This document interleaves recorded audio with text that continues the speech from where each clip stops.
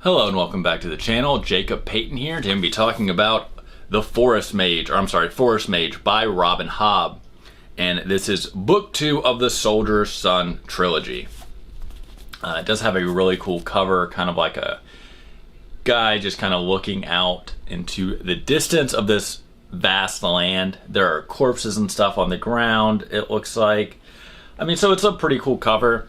And it says on the back, plague has ravaged the prestigious King's Cavella of Jernia, decimating the ranks of both cadets and instructors. Yet Navarre Burvel has made an astonishingly robust recovery, defeating his sworn nemesis while in the throes of the disease and freeing himself, he believes, from the speck magic that infected him. And now he is journeying home to Widevale, anticipating a tender reunion with his beautiful fiancée, Carcina, and a bright future as a commissioned officer. But there is no haven in the bosom of his kinfolk, for his nights are haunted by grim visions of treachery, and his days are tormented by a strange side effect of the plague that shames his family and repulses the lady of his heart. And as the still potent magic in his blood roars to life, Navarre realizes a terrible truth: that the enemy who seeks to destroy everything he loves dwells perhaps not without, but within him. I'm gonna be 100% honest, I did not like this book. So if you're a huge fan of the series and don't want to hear me talk a bunch of crap about it, you might want to turn this off now. I just did not enjoy this book, which is a shame because I actually loved the world that the author builds. I think the world has a lot of very interesting concepts that's happening. Jernia, for instance, these soldiers, they have guns. This is a fantasy world with guns and magic, and I very much enjoy that. I love that in a setting. It's one of the reasons I like Shadow and Bone by Leigh Bardugo. Not the books, I haven't finished the books. I am reading Six of Crows though, but the series on Netflix, it's why I like Carnival Row. I like that mashup. I don't know what that genre is called, of like early 19th, late 18th, early 19th century guns versus people that can wield magic and stuff like that. Like I love that so much. So I was 100% ready to enjoy this book. I also very much enjoyed the fact that it definitely felt like the author was not afraid to tackle some of the wider aspects that are happening in this book, which is like, colonialism is happening. Jernia is taking the land from these people, and they're basically saying, hey, your ways are stupid and we don't like them, and you need to change everything about yourself to match us, because if not, we are going to kill you. Like, we are taking this is what's happening. And because of that, we do find out the people that they call specks are actually spreading this plague. And specks live in these forests where they practice like this magic, and a lot of times they just walk around naked. And they made me think of like the blue people from Avatar, which I don't know what they're called, but where they are just in touch with everything all the time. And that was kind of interesting because I like the first Avatar movie. I know there's a new one. I don't know if I'm going to watch it yet. But that's a whole nother discussion, obviously. But anyway, like I said, I liked the world that was being built. It was very medieval, but also kind of modern. And then there's a lot of, it was kind of grimdark in a way, right? Because all the resources that these people rely on, for the most part, are going to this war effort. So when Navarre is going through a lot of these towns and villages and talking to people, there is a very big distinction between classes, right? Officers eat well, enlisted are starving, and everyone's dying of plague, right? Plague is ravaging people everywhere. But this is kind of where, my love of the book ends. And I have not read a lot of Robin Hobb. I will be 100% honest. This is I think only the second book I've ever picked up by her. So, I don't know if a lot of her books are like this. I can't comment on that. I just know this one was not for me. Because I very much disliked the character of Navarre, and it even gets pointed out throughout the book that everything that's happening to him are things that he is letting happen, because this book, and I'm telling you, is 736 pages of the character of Navarre not really taking any action, right? He just kind of drifts through these terrible, terrible circumstances and doesn't choose a side on anything. And I know it's supposed to kind of be reflective of the fact that because that he interacted with magic in the last book and it infected him, he is kind of riding the fence between the world of the Jordanians, which he was born into and that, who are his people, and the world of the Specks. But that's kind of where all the sympathy I have for this character dies. Also, the terrible affliction that happens to him throughout this entire book is he gets fat. Like, that's how they call them, like, the great men or something like that. But basically, the way magic works in this book is you get filled up with it, and it literally just makes you fat. So he just starts growing and doesn't stop. And this causes everyone to turn on him. And while I do understand that him being a soldier's son and stuff like that held him to a certain standard and a certain body type that should be enforced, everyone in this world acts like fat people do not exist and that he is a disgusting creature. I mean, this is literally almost 800 pages of fat shaming, which, like, his family's reaction and the military's reaction, I 100% understood. Even his fiance's reaction to seeing how he looks now, right? These are like normal things that are happening. These are reactions that would probably, definitely you can't be in most, I don't want to put my foot in my mouth. I don't know how other militaries work, but most militaries you cannot be in if you're overweight, because there is a certain, not only physical, appearance standard that you have to adhere to, you have to look, clean and neat, but also the fact that you have to be able to do certain things that, for whatever, like, you have to be able to be physically fit and run and move long distances and all these things. And he can still do that, which was also kind of interesting. Like, he doesn't lose, because I guess maybe it is magic, he doesn't actually lose a lot of his physical fitness. So I do understand them shaming him from a physical standpoint, but the fact that even while he's doing stuff that is physical, people still act like he can't, and I did find that very weird, because basically nobody cuts this guy a break the whole book, and every place he turns up, the first thing they do is make not even like snide remarks about his weight, but like full on, hey everybody, come look at this guy that just came into town type things about how he looks now. And I was like, all right, that is a bit much. And that continues to happen. And at one point it does get pointed out that some people think this is the magic because the magic wants to be used, and so therefore is going out of its way to make life harder for him.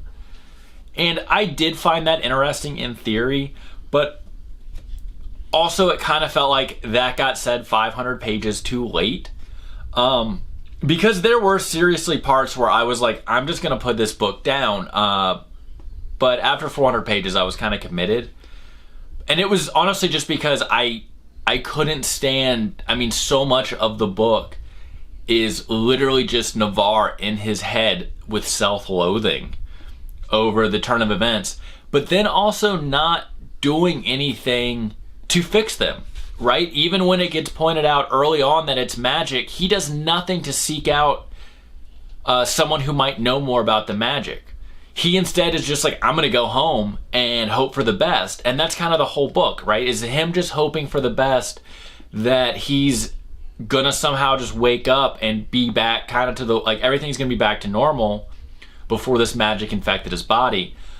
And while I do understand a certain point of denial, especially when people go through very difficult, unexpected life changes, where in this case, like, he literally has lost everything at one point in this book, but when solutions are pointed out and you don't do anything about them, it makes it very hard for me to sympathize with the character. Because even when he is, and it is explained to him again and again, that you know, this is magic. This is a cause of magic. You are magic now. And, you know, there are instances where people have gone back to basically just being, I guess, skinny or fit or whatever you want to call it, by expending all of their magic. He never tries it. He never does anything. And I think, you know, that's really the issue, is he takes no possible solutions to anything that happens in this book. Even the very end, when he finally takes some sort of action, it's only because if he doesn't, terrible things are going to literally happen to everyone. Like, an entire village has to be put to a breaking point where literally every character is going to, that he cares about, is going to have something bad happen to them, for him to even like finally go, hey, I'm going to use this magic on purpose now in some way, shape, or form. And like I said, I get being in denial about magic. I get being in denial about changes that are happening to his body. These are understandable things, but not for so long.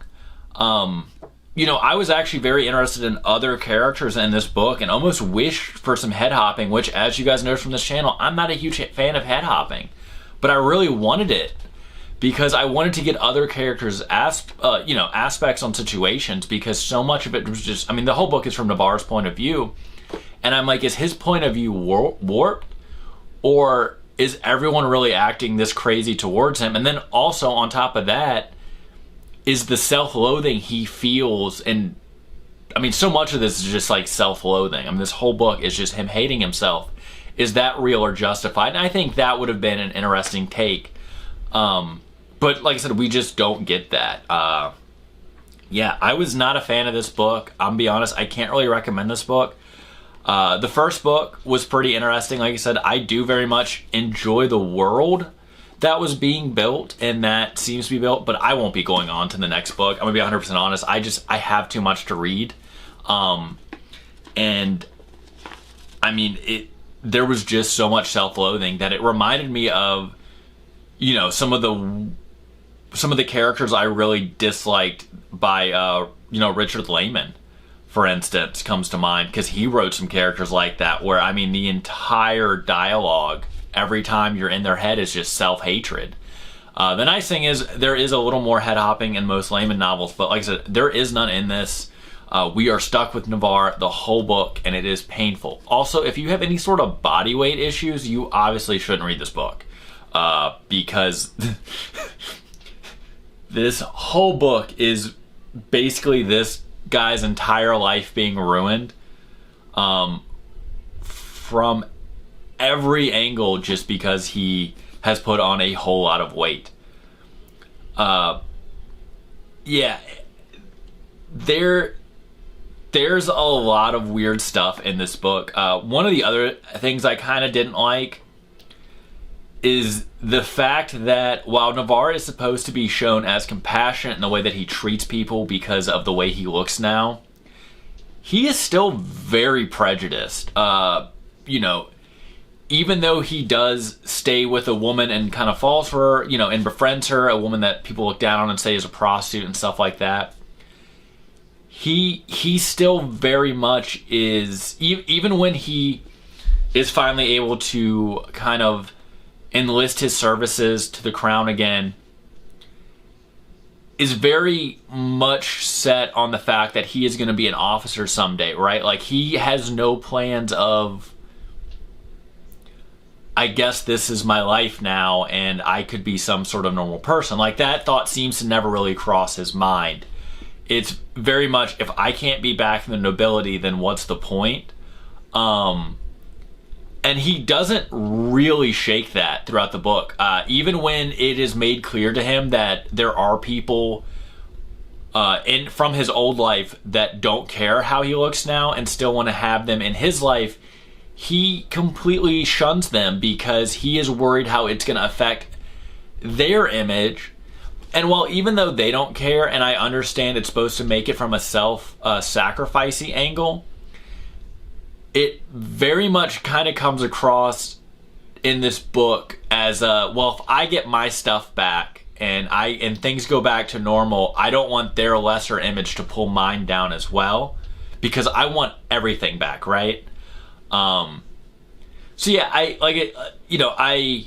Well, a lot of bad things, and I'm tripping over my words here. Well, a lot of very bad things happen to the character in this book, and it is just terrible.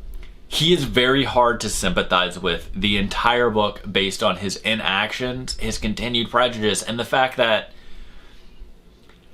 he just doesn't even pick a side.